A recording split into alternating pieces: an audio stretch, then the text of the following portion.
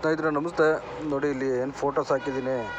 ಇವರು ದೊಡ್ಡ ಕಳ್ಳರು. ಇವರು A1 A2 ಗಾಡಿನ ಕಂಟಿನ್ಯೂ ಫೈನಾನ್ಸಿಂದ ತೊಗೊಂಡೋಗಿ 1 ವರ್ಷ ಆಯಿತು. 1 ವರ್ಷದಿಂದ ಲೋನ್ ಕಟ್ಟಿಲ್ಲ, ಏನಿಲ್ಲ.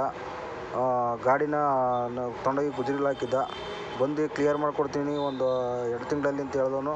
ಇವತ್ತು ಗಾಡಿ ಎಲ್ಲಿಟ್ಟವನು ಏನು ಅಂತ ಗೊತ್ತಿಲ್ಲ. ಇವರು ಬರೀ ಇದೇ ಕೆಲಸ ಅಂತೆ. ತುಂಬ ಕಡೆಯಿಂದ ನನಗೆ ಮಾಹಿತಿ ಬಂದಂಥ ಪ್ರಕಾರ ದಯವಿಟ್ಟು ಈ ಗಾಡಿ ಇವನ್ನೆಲ್ಲರ ಕಂಡಲ್ಲಿ